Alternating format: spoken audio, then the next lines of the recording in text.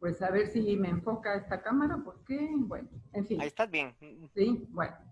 Pues buenos días a todos, como todos los miércoles, aquí estamos a las 11 de la mañana con Unisexo Divergente a través de UPAB Radio, que nos pueden sintonizar en www.upab.edu.mx o a eso de las 12 del día ya han subido este pequeño video a la página de UPAB Radio en la sección publicaciones y ahí nos pueden ver. También recordarles que este programa está apoyado, como siempre, por la Fundación Hacia un Sentido de la Vida, a la cual pertenezco y soy la representante en el estado de Veracruz. En esta ocasión vamos a tener de invitada a una amiga que nos conocimos en Costa Rica, ella es de Costa Rica, ella es activista intersexual transgénero, ya nos va a explicar ella de qué se trata, se llama ella Natasha Jiménez Mata. Así que sin más por ahora, Natasha, buenos días, ¿cómo estás? Muy buenos días, Rosa. Estoy muy bien. Espero que vos también, a pesar de esta crisis que vivimos a nivel mundial. Pues sí. Me siento muy honrada de estar en tu programa. Muchas gracias por invitarme. Muchísimas gracias. Allá llevan la pandemia igual que acá, encerraditos en casa, ¿no? Encerraditos en casa. Pues bueno, pues no nos queda de otro más que ponerle al mal tiempo buena cara y seguir para adelante, ¿verdad? Exactamente. Bueno, pues mira, a lo largo del programa, que yo ya creo que ya voy a cumplir como un año con este programa, la verdad que no me acuerdo cuándo empecé, pero ya llevo muchos programas y sí, hemos hablado mucho de la diversidad sexual, hemos hablado también con Silvia Susana Jacome, ella nos explicó qué quiere decir la L, la G, la B, la T, la I y todas las letritas, ¿no? Del LGBTI+, ¿no? Pero en sí, la cuestión de la intersexualidad en tu caso, activista intersexual transgénero. A ver, por un lado, primero dinos a qué te dedicas, sé que diriges alguna que otra asociación civil o formas parte de ella. Así ¿Mm? mismo. Bueno, me presento, soy Natasha Jiménez Mata, soy costarricense, soy una activista trans intersex, tengo en el activismo más de 35 años. En este momento soy coordinadora general de una organización costarricense con alcance internacional que se llama MULAVI, Espacio Latinoamericano de Sexualidades y Derechos. Desde MULAVI estamos desarrollando diferentes proyectos, uno con la Unión Europea que se llama Centroamérica Diversa, donde también estoy tratando el tema intersex, otro con el Departamento de Estado de los Estados Unidos para tratar el tema de incidencia política en espacios del Sistema Interamericano de Derechos Humanos. Soy también parte de la Junta Directiva del Fondo Trans Internacional y consejera del Fondo Internacional de Derechos Humanos de Personas Intersex. Además de soy consultora con estatus consultivo ante la Comisión Interamericana de Derechos Humanos de la OEA. Ya en 2 oportunidades la comisión me ha invitado de oficio para que prácticamente eduque a los y las comisionadas en el tema intersex, porque hay un gran, ¿qué te digo? Como desinformación sobre el tema, porque yo siempre digo que se habla de este acrónimo de BGLTIQ+, y a veces es ahí, en lugar de intersex significa invisible, porque es un tema del que casi no se habla o que se desconoce mucho, y básicamente es parte de mi trabajo informar no solo ante estas organizaciones, instituciones, sino utilizar cualquier foro para hablar sobre el tema intersexual, partiendo de que tenemos muy pocos activistas intersex que hablen públicamente sobre este tema. Así es, bueno, y precisamente esa es la idea de este programa en especial, ¿no? Sí.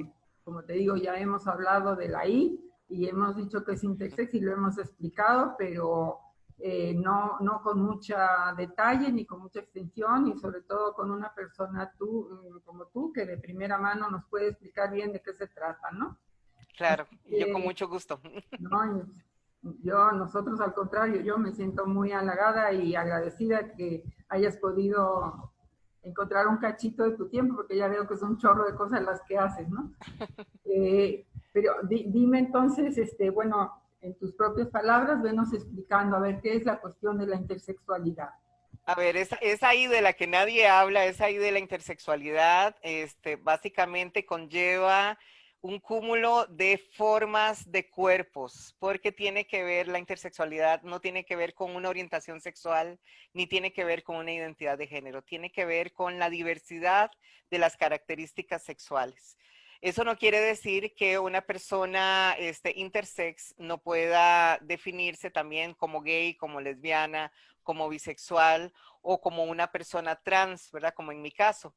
Porque lo trans también parte de cómo te autodefinís, cómo te autoidentificas independientemente del sexo que te asignaron al nacer. Y este sexo puede ser de hombre, de mujer o un cuerpo intersex. Siguiendo esa línea, por eso es que yo me identifico como una persona trans intersex, trans porque me autodefino como una mujer trans, e intersex por una cuestión genética y de nacimiento. Como les digo, lo intersex, se manejan muchos mitos, mucha gente siempre sigue pensando de que el término intersex tiene que ver con el hermafroditismo, que el término hermafrodita es un término acuñado por la medicina para definir a cuerpos en los que supuestamente convivían órganos sexuales masculinos y femeninos. Pues he de decirle que eso es un mito. Ese es un mito que maneja todavía muchos sectores de la medicina, la pornografía y la desinformación.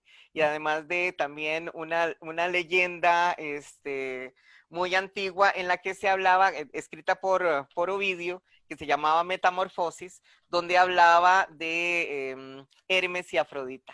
Hermes, que era como el primer Uber de la historia, porque era el dios mensajero, y Afrodita, que era como la primera Kardashian, ¿verdad? Porque era una mujer sumamente bella, que de hecho eran hermanos, y producto de esa relación conciben una criatura sumamente hermosa, que en lugar de ponerle Luis Armando o Pedro José, le ponen Hermafrodito, ¿verdad? Que era la unión de los dos nombres de Hermes y Afrodita. Ajá. Resulta que Hermafrodito era tan bello, más bello que Ricky Martin, ¿verdad? Una de las ninfas de los dioses, una de las ninfas de los ríos, que se llamaba Sálmasis, se enamora de Hermafrodito y las demás ninfas le recomiendan que cuando Hermafrodito llegue al río, ella lo abrace y se lo lleve con ella al fondo del río. Eso hace al día siguiente que Hermafrodito llega, lo abraza y según la leyenda, en ese abrazo tan fuerte se unen ambos cuerpos y de ahí surgen supuestamente los cuerpos con el sexo masculino y el sexo femenino. Mira, qué Como bonito. ven, eso es parte de una mitología, de una leyenda mitológica, pero en la realidad la variedad de cuerpos es tan diversa que yo siempre digo que en cuanto a la sexualidad, podemos hablar de Rosa sexual, de Natacha sexual, de Luis sexual, porque la sexualidad conlleva muchos elementos y tan variados que también dependen de cómo cada quien viva y conciba su sexualidad.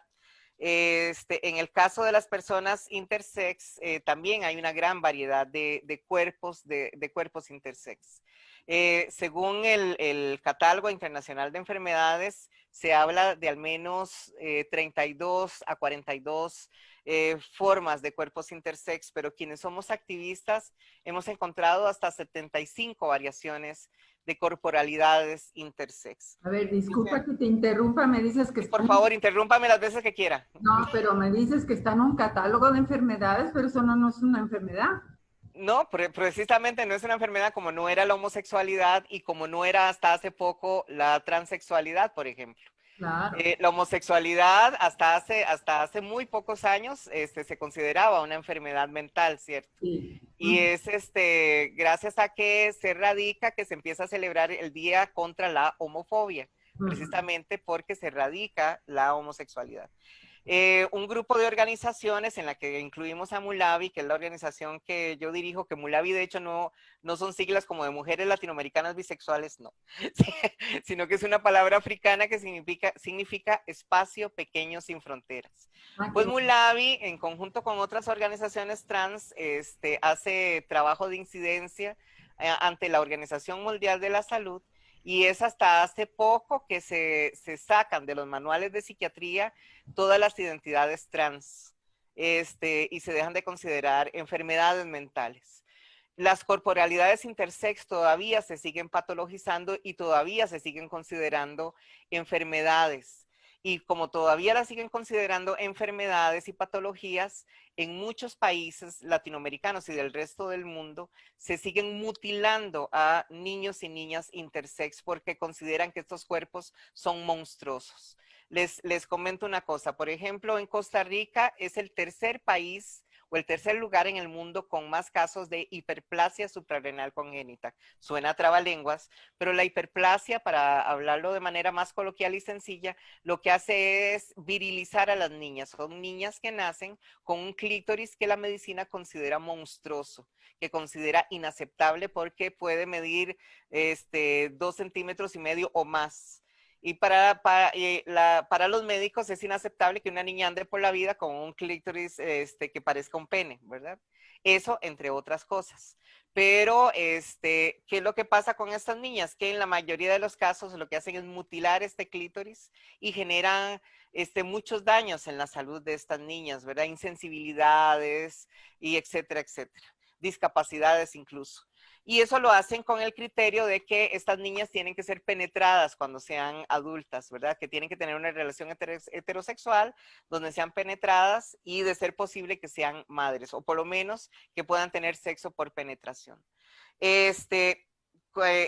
Con este criterio también muchas niñas con hiperplasia nacen con el conducto vaginal sellado o muy pequeño.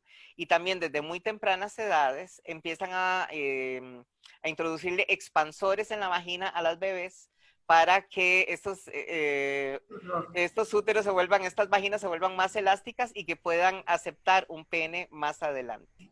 Para que vean las monstruosidades que hacen con una sola de las variaciones de los cuerpos intersex. Imagínense con todas las demás. Y ya está establecido más o menos de una manera general que cuando nace un niño con esas características sexuales que se ven diferentes, digamos, a la mayoría, no les hacen un examen de, digamos, de ADN o no sé, para ver si son XX o XY.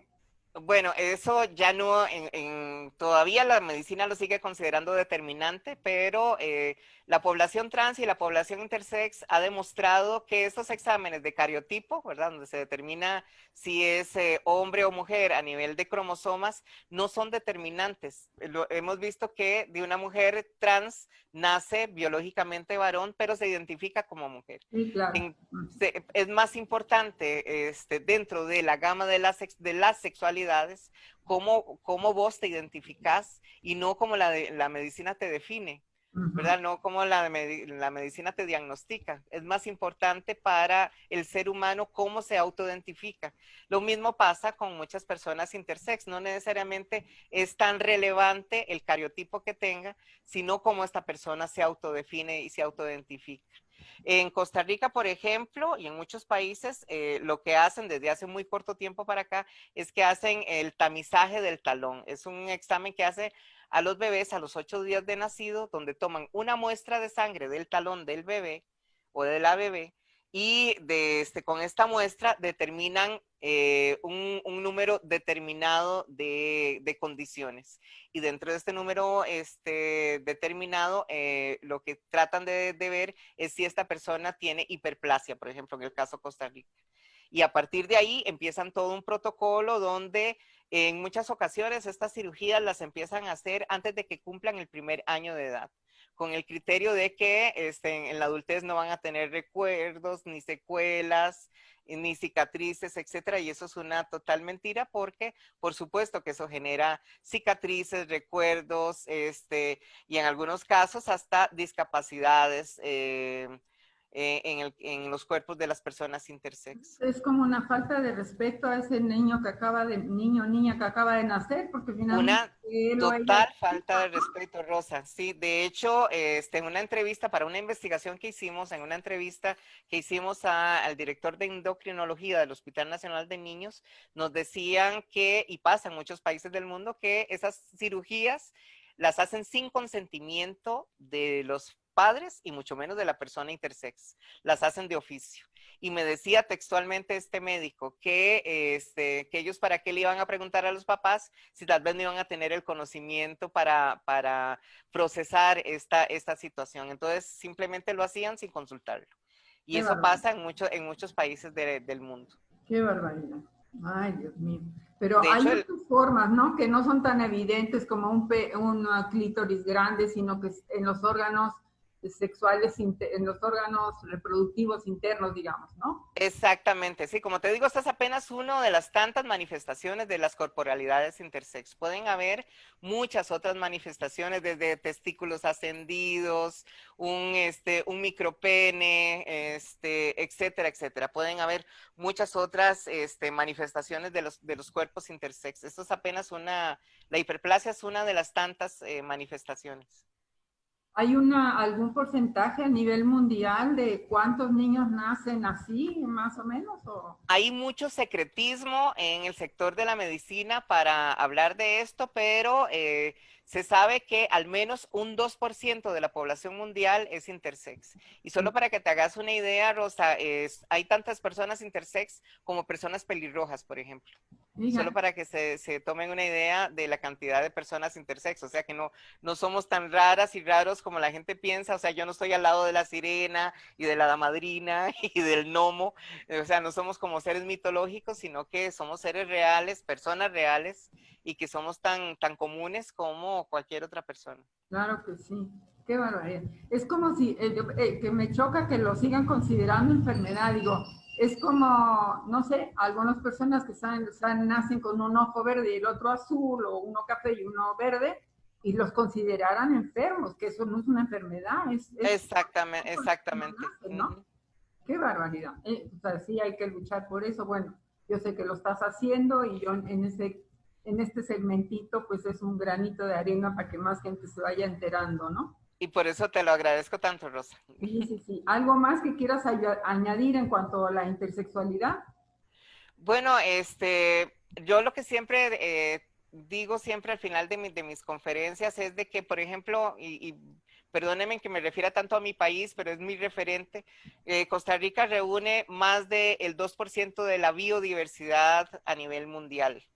De hecho, en algún momento hasta se quiso exportar oxígeno de Costa Rica a otros países por el aire tan puro del que gozamos.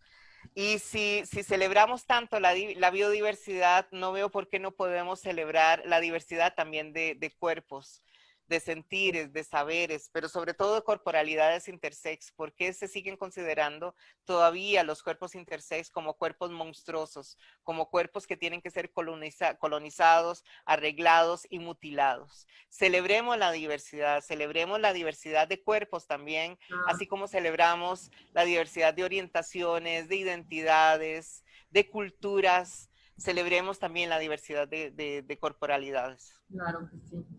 Y bueno, ahorita no sé si, bueno, eh, acostumbres o te sea cómodo hablar de tu situación, porque el que te está escuchando, que eso de por sí ya es complicado, lo del intersex, y ahora también es transexual, entonces, ¿cómo se dio eso? A ver, si te es cómodo, porque si no, pues seguimos hablando de cualquier otro tema, ¿no? Bueno, No, con mucho gusto, Rosa. Bueno, para mí es como ahora, en este momento de mi vida, porque ya he logrado procesar, este, no solo mi corporalidad, sino también mi identidad de género y el entorno sobre todo, porque lo más difícil no es ni siquiera tu cuerpo y tu identidad, sino cómo el entorno, no sé, maneja este tipo de cosas y generalmente las maneja a través del rechazo, de la violencia, en muchos sentidos. Mi niñez y mi adolescencia fueron sumamente duros. Yo ahora lo puedo decir porque lo digo que es como mi testimonio, lo puedo decir sin llorar y sin dolor, bueno, sí, me sigue doliendo, pero por lo menos ya lo proceso de otra manera, porque sí tuve que vivir violaciones, abusos, intentos de homicidio incluso, de parte de la sociedad, de una sociedad que no tolera a las diferencias. Estas violencias las tuve que sufrir incluso hasta dentro del seno familiar en algunas ocasiones, ¿verdad? Entonces, por eso es que yo siempre quise poder aportar un poquito, digamos, de un granito de arena para todas esas personas que no tenían esas oportunidades de contar con esa escucha, ese oído amigo, ese hombro donde poder llorar, o por lo menos esa persona que está al frente tuyo y que sabes que te está escuchando y que ha pasado lo mismo que vos. Es por eso que he trabajado desde hace más de 35 años en diferentes organizaciones, sobre todo en pro de lo que llamamos diversidad sexual. Empecé con el VIH hace 35 años, atendiendo a personas en fase terminal de SIDA, cuando ni siquiera el personal de salud atendía a estas personas en los salones que generalmente los tenían en sótanos oscuros, porque ni el personal de salud quería atenderlos.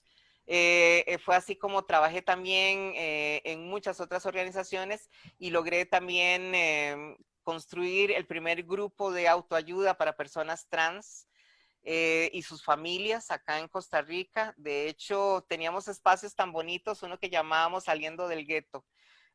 Parte de las violencias que sufrimos las personas trans también es que en muchas ocasiones ni siquiera nos permiten socializar. Acá en Costa Rica, no sé si pasa en otros países, en muchos bares, inclusive bares gay lésbicos, tenían rótulos a la entrada que prohibían la entrada de personas trans, no les permitían ir a bares ni discotecas gays y lésbicas. Entonces, este grupo nace para brindar apoyo, asesoría, información a personas trans, y por primera vez empezamos a salir a las calles a la luz del día, porque se pensaba que una persona trans solo pues, podía salir en la clandestinidad, en la noche, cuando nadie la podía ver, y empezamos a hacer, por ejemplo, días de campo, picnics en parques públicos. Íbamos al teatro, íbamos al cine, cosas tan cotidianas para el resto de la gente, pero que las personas trans, por ejemplo, no las hacían. Claro. O en el caso de las personas intersex, yo fui la primera cara visible, digamos, de una persona intersex en medios de comunicación acá en Costa Rica. Y siempre recuerdo una anécdota de un canal nacional donde la presentadora, después de que me hacen un reportaje, llamaba a las mamás y decían: señoras, señores, manden a sus hijos a dormir, escóndanlos porque viene la hermafrodita. ¿Verdad? Como si fuera un acto de circo.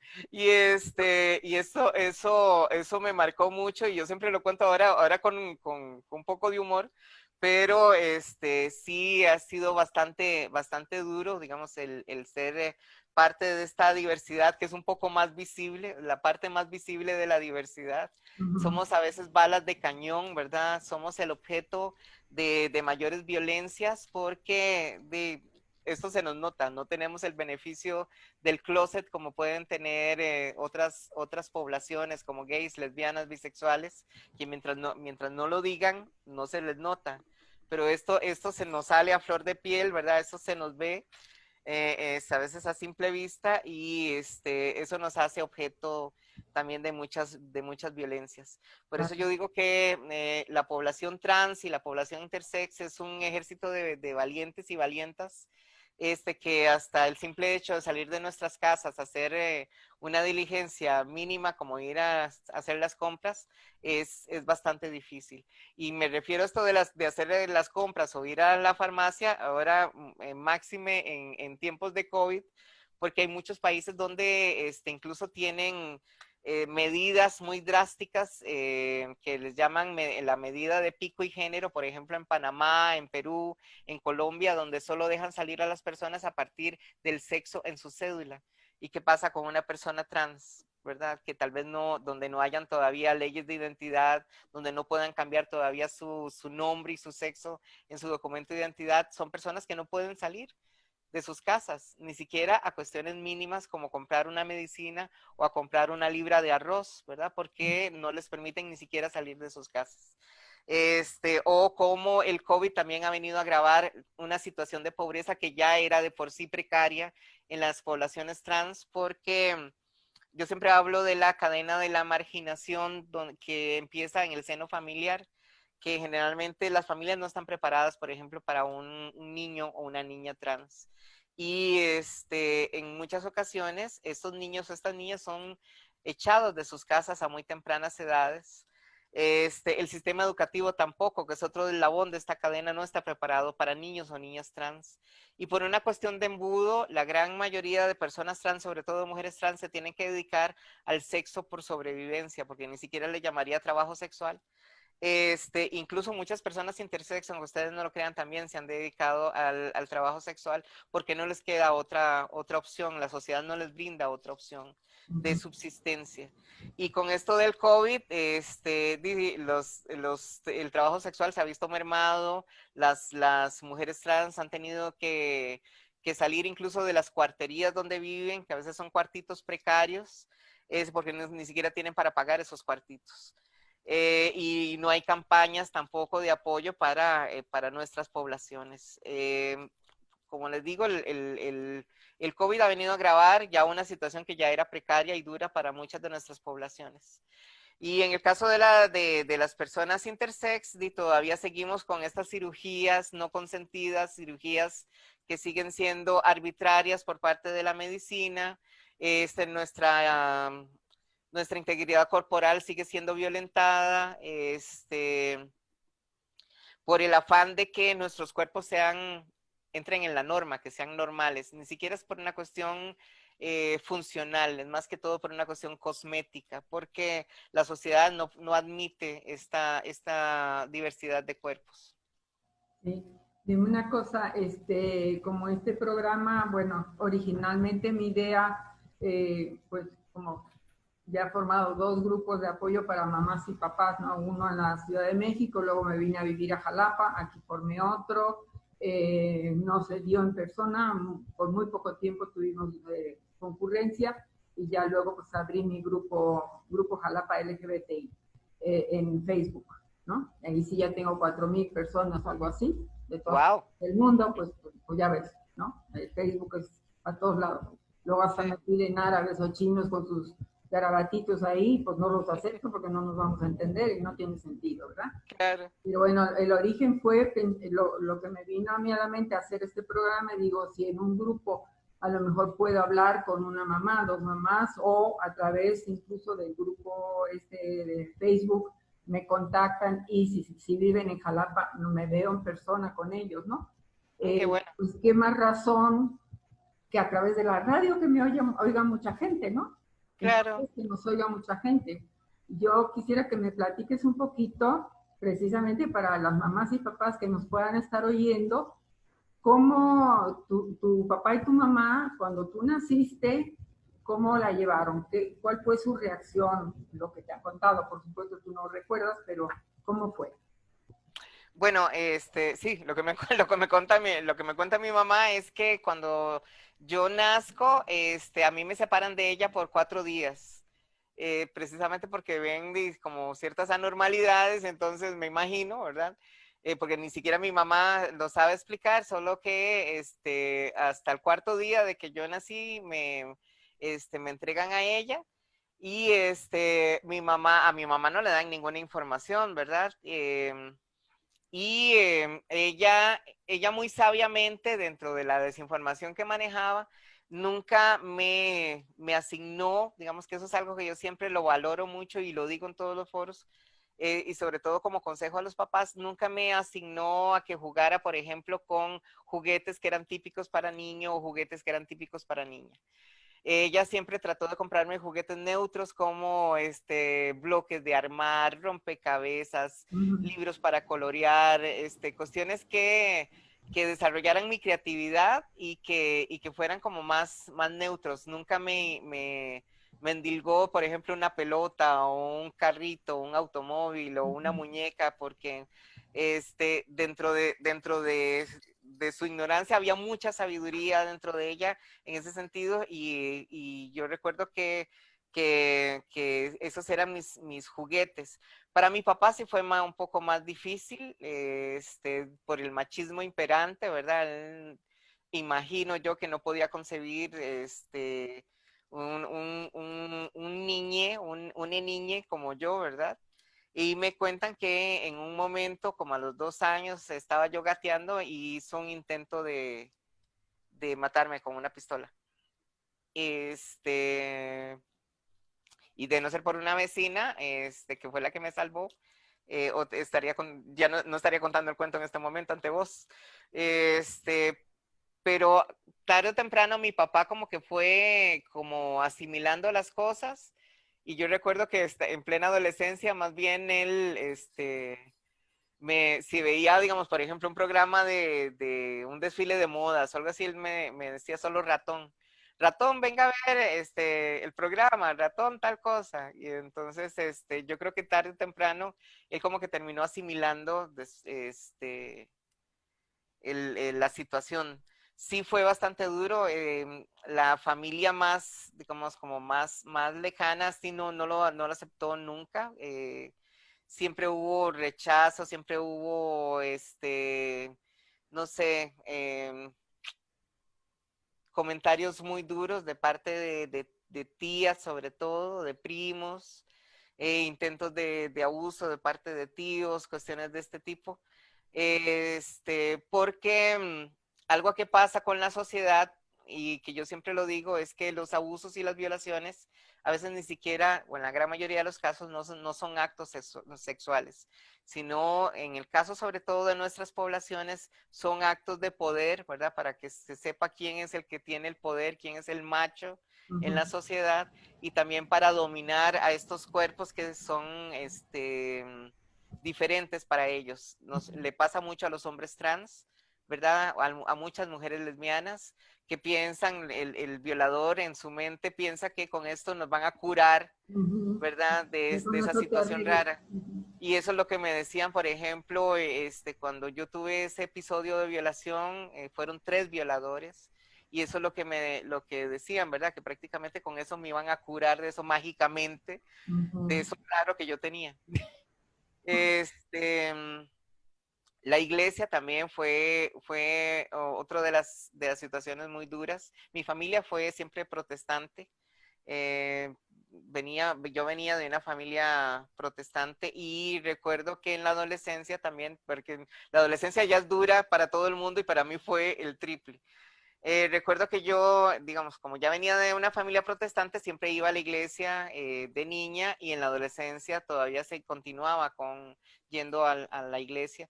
Y el pastor me llama un día a una reunión para decirme que, al consejo de mayores, como le llaman ellos, para decirme que a qué iba yo a la iglesia, a preguntarme, porque él sentía que yo iba a seducir a los feligreses, ¿verdad? Yo sin haber hecho nada.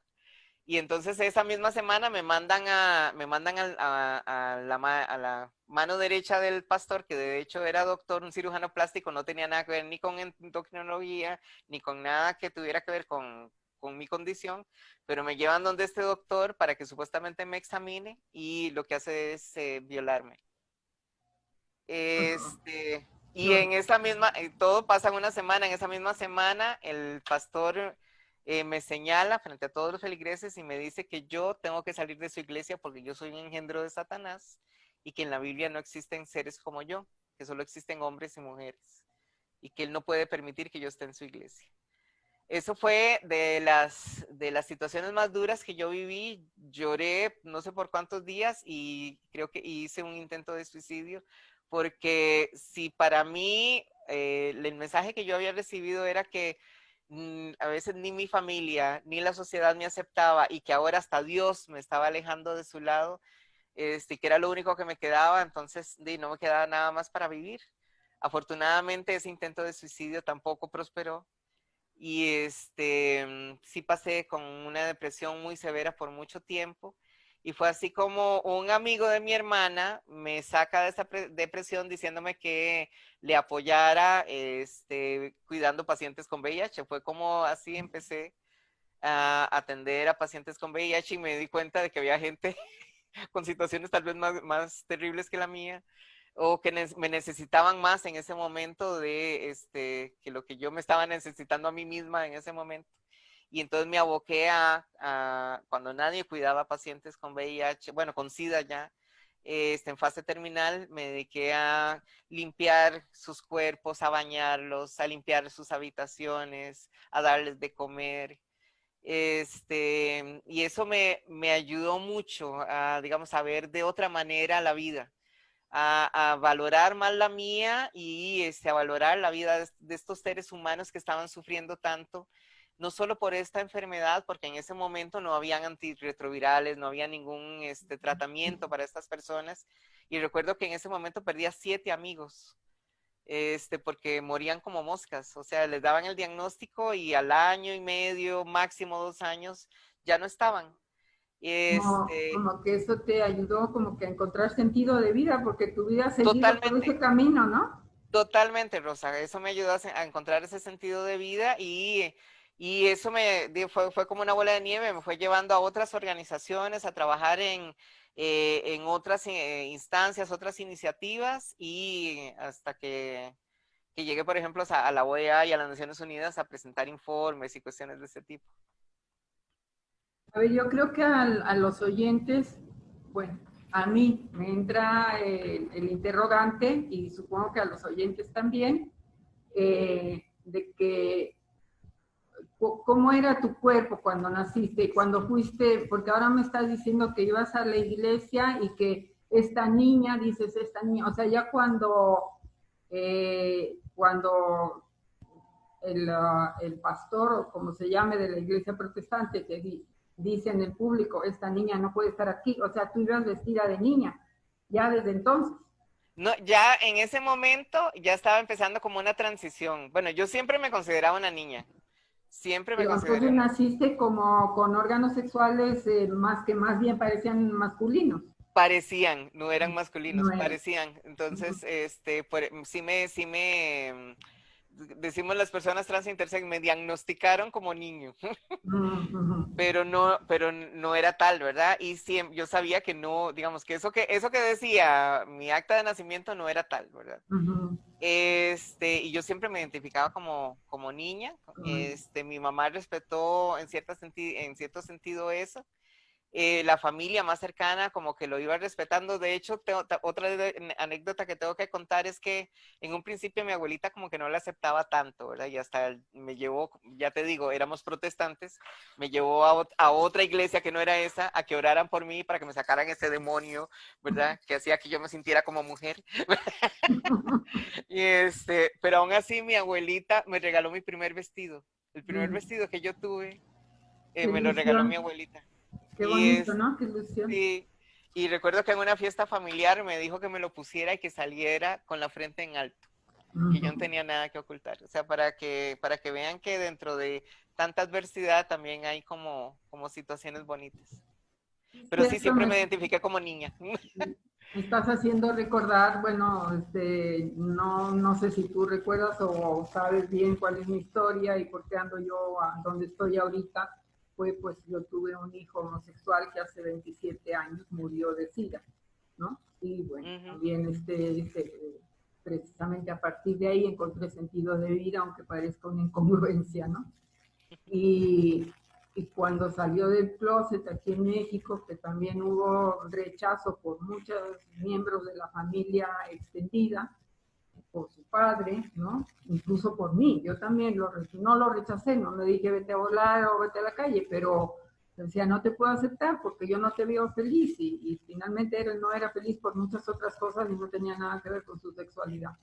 Claro. Pero fue mi mamá que tenía ya en ese momento, creo que tenía como 78, 79 años u 80, que le dijo, a mí no me importa lo que tú eres mi nieto y tú te quedas aquí y te vienes a vivir conmigo, te quedas viviendo conmigo porque vivió un buen tiempo con mi mamá y a mí no me importa lo que tú eres, yo te quiero y tú te quedas.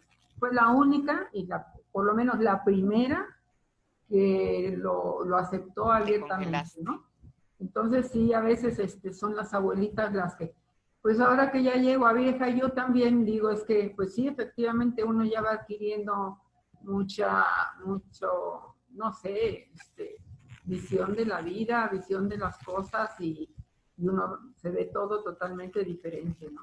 Ya, uno va perdiendo prejuicios y va viendo uno Exacto. a la gente como es, como persona, pues, ¿no? ¿Sí? Claro, exactamente. Qué bonita anécdota. Si mal no recuerdo, a ver, corrígeme si estoy equivocada, pero si mal no recuerdo, allá en Costa Rica, donde te conocí, nos diste aquella plática, ibas con tu mamá, ¿verdad? Mi mamá y mi hermana estuvieron en esa conferencia, Sí, de sí, hecho, sí, sí. sí, sí, sí, qué bien. Pues mira, ha sido una plática muy interesante. No sé si quieras añadir alguna otra cosa, algún mensaje especial o algo. Bueno, antes que nada, agradecerte, Rosa, este espacio. Me encanta que Gracias. me hayas invitado. Perdón por no haberte respondido antes, pero mi volumen de trabajo es Sí, muy ya alto. veo. Sí, no te preocupes. Pero estoy sumamente complacida, he disfrutado montones este espacio, te lo agradezco montones, Rosa.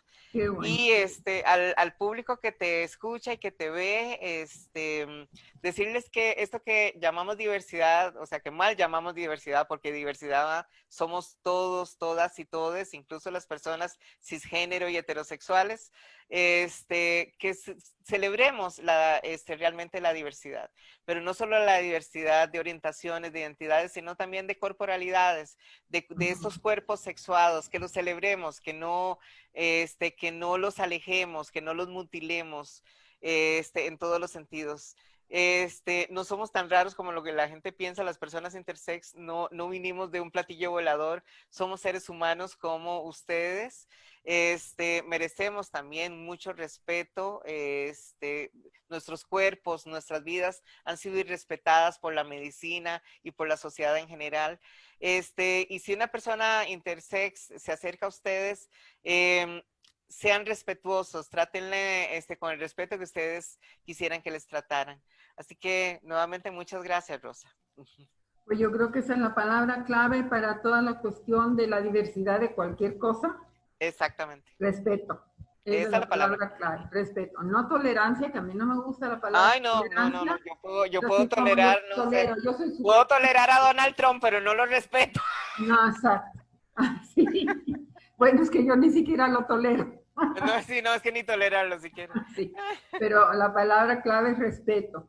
Y bueno, pues nuevamente, Natasha, pues muchísimas gracias, que sigas bien, cuídate mucho, lo mismo a tu mamá y que se cuide Gracias. mucho por allá. Y bueno, me quedo un ratito más porque me despido yo ahorita de producción, que siempre les mando un abrazo y ya terminamos, ¿sí? Muchísimas Bueno. gracias, te mando un abrazo virtual y a cuidarse mucho y quedarse en casa. Vos, ¿Okay? sí, cuídate mucho también vos. Sí, claro que sí. Un abrazote Pues, virtual. ándale, pues entonces muchas gracias a todos los que nos han visto en este programa, a todos y todas, y sobre todo gracias a producción de UPAP Radio, que siempre me apoyan muchísimo, y nuevamente deseando que nuestra directora de la radio ya esté mejor, se tuvo un accidente, se rompió un brazo y alguna que otra cosa, supongo, y está en recuperación, así que América, te mando muchos besos. Sabes que te quiero mucho y que te agradezco tanto que me dieras este espacio. Y bueno, pues hasta la próxima, que será el próximo miércoles. Y no digo de qué se va a tratar porque no tengo la menor idea. A ver qué me invento en esta semana. Hasta luego, Natasha. Un beso muy grande. Gracias. Hasta luego. Un abrazo a toda la gente en Jalapa, a toda la gente en México. Un besote. Chao, mija. Bye. Bye. Chao.